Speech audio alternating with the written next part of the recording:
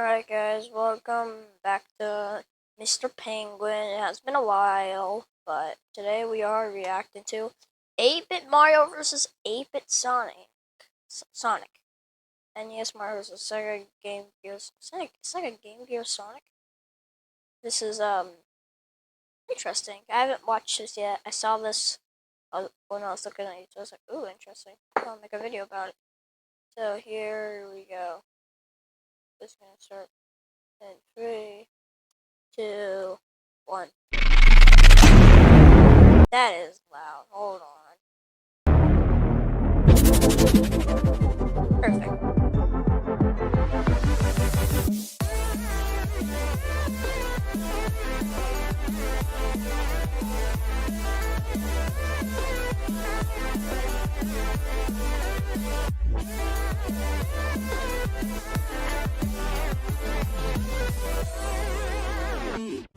This isn't your ordinary Mario vs. Sonic episode, not that any Mario vs. Sonic episode is ordinary. However, it is fair to say that this episode is extra special. We're dropping that pixel ratio all the way down to 8 bits. We got 8-bit Mario versus 8-bit Sonic, which means for Mario, we're only factoring feats from Mario Bros. And Super Mario Bros. On the NES, and for Sonic, we're only factoring feats from the Master System and Sega Game Gear. Without further ado, let's introduce Cartoon Fight Club's next round of fighters. Wait, Brian, wait! Now let's watch a whole bunch of So 8-Bit Mario ads. is a fire flower. Everyone knows about the Sega Genesis, but what if the Sega Genesis wasn't actually Sega's Genesis, or beginning, no pun intended? Because on October 20th, 1985, the Master System was released in Japan. This was an 8-bit home console that was designed to compete with the NES. Many people remember the SNES versus Genesis console wars because there was actually some competition to remember. One generation prior, it was a complete Nintendo takeover with the NES. That didn't stop the Master System from putting up a good fight and lasting into the early 90s, however, because Sonic ended up getting some downgraded remakes onto the Master System and eventually the Game Gear. The original Sonic trilogy on the Genesis was a 16-bit masterpiece, but the games that were made for the Master System were much more simplistic 8-bit Sonic games that tried to follow a similar formula with much less advanced tech. And fun fact, Sonic 2 actually came out for the Master System about a month earlier than the Genesis, which means Tails' first debut was actually on the Master System. But this episode isn't a history about Sega consoles, it's about that hedgehog. 8-bit Sonic, of course, is much less powerful than his 16-bit counterpart. For starters, there is no 8-bit Super Sonic. Secondly, his power-ups are much different. Instead of his iconic element shields, Sonic is left with a pogo spring, rocket boots, and temporary invincibility.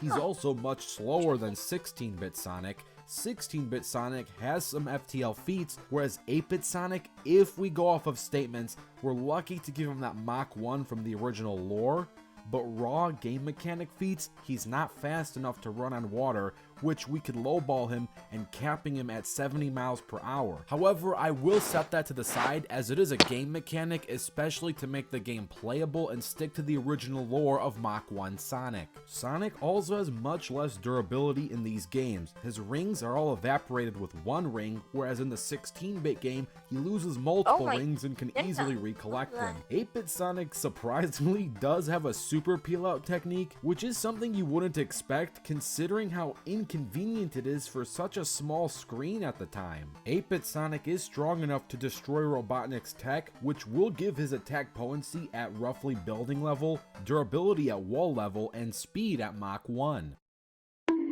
Nintendo has a long history of iconic games, but if there's just one game to choose as the butterfly effect starting point, I would choose Super Mario Bros. But even Super Mario Bros. Isn't the first time we see the king of video games. Whether you count Donkey Kong's Mr. Video Game as the same person or not is a different debate for a different day, because there's even another endless one-map platformer simply known as Mario Bros. Before the side-scrolling era, there was the basic map era of video games. You know, your Pac-Mans, Donkey Kongs that had the same map on repeat until you ran out of lives. Mario Bros worked the same. Mario is known for jumping on turtles, but in his first game, that was a bad idea.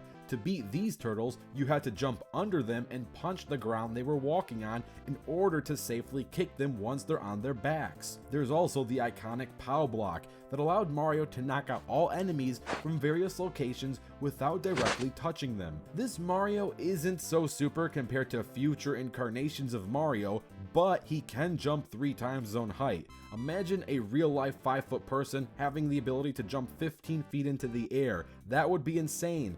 LeBron James only has a 40-inch vertical, and that's insane in real life, which is about 1 meter. Imagine him jumping 10 times that height. Mario is strong enough to bend metal with his punches, which should give him wall-level attack potency and street-level durability. Now, in Super Mario Bros., he does get a stat boost in all aspects, even power-up boosts.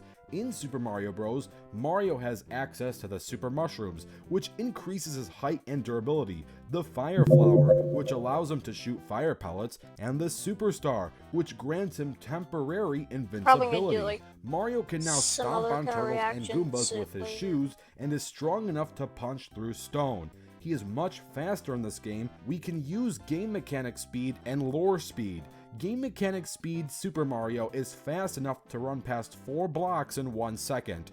Each block is about 16 pixels long. If we use Mario's height of around 5'1" as a reference, this means Mario can run about 14 miles per hour or about 22 kilometers per hour. Using Lore Mario, this version of Mario is fast enough to dodge Bowser's fireballs, which that's up in the air on how fast those fireballs are. If they're fast as a flamethrower, that would put them at around 42 miles per hour or 68 kilometers per hour, or if they're fast as cannonballs, that would put them at around 112 miles per hour. With the POW block, I would put Mario's AP at around building level, his base brick bashing abilities at wall level, his durability at street level, and his speed at superhuman. Say what?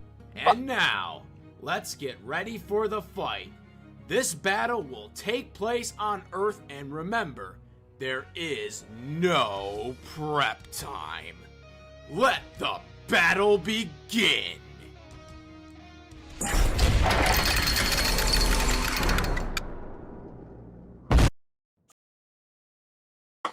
Just gotta wait for this to skip.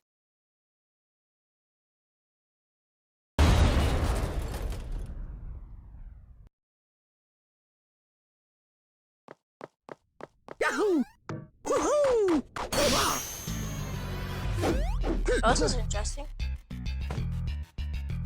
Woohoo! Piece of cake! Come on, Sonic, speed!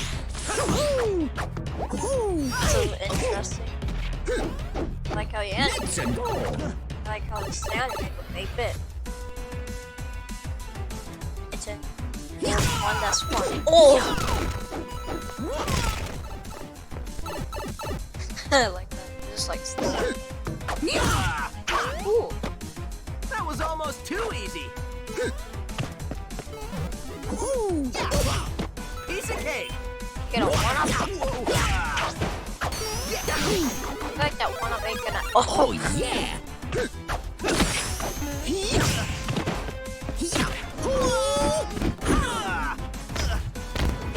If Sonic dies, then he has an extra life because Sonic.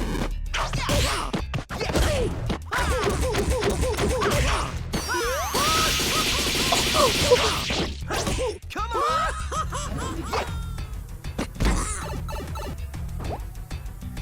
Come on!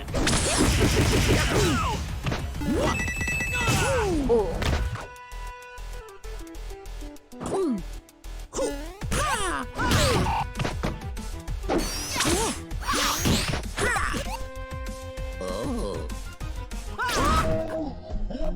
I think Brian's about to die. Oh! What the?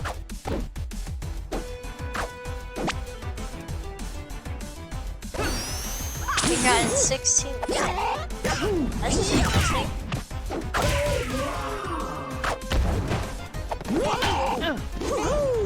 Oh yeah!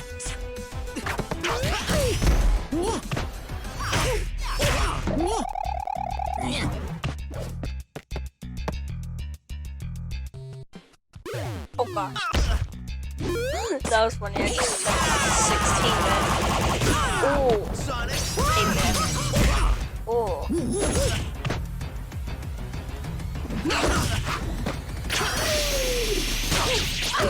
Why? This is an epic battle. Upton and he Sonic especially speed. said that he can't go super. Well, Mario's new because he doesn't have anything like super. Come on. Yep. Unless if he That was goes, almost too easy. unless if Let's he do that again one more sometime. chance of power up. He'll small Mario. Oh well, Mario said. I should always just say who I want to win. Hopefully you enjoyed that animation, and if you did, super special thanks to Team Animation Rewind's Peter Coffey. Thanks, and enjoy the post-analysis.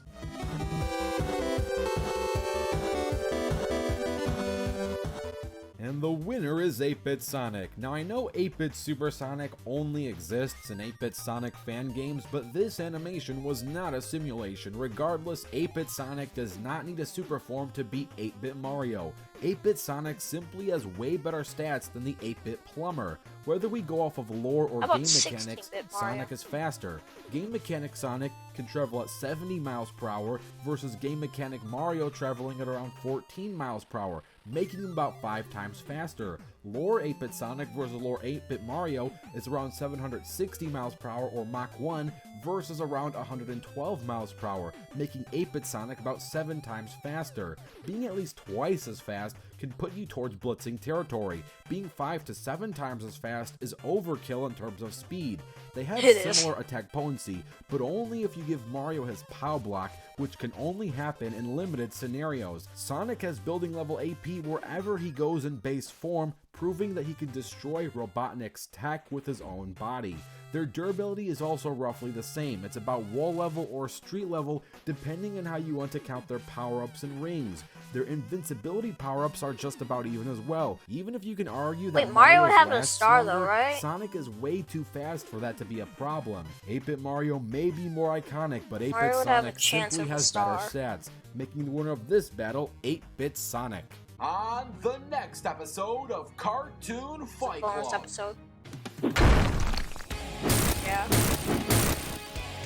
That one the other one is. I know that one from Avatar.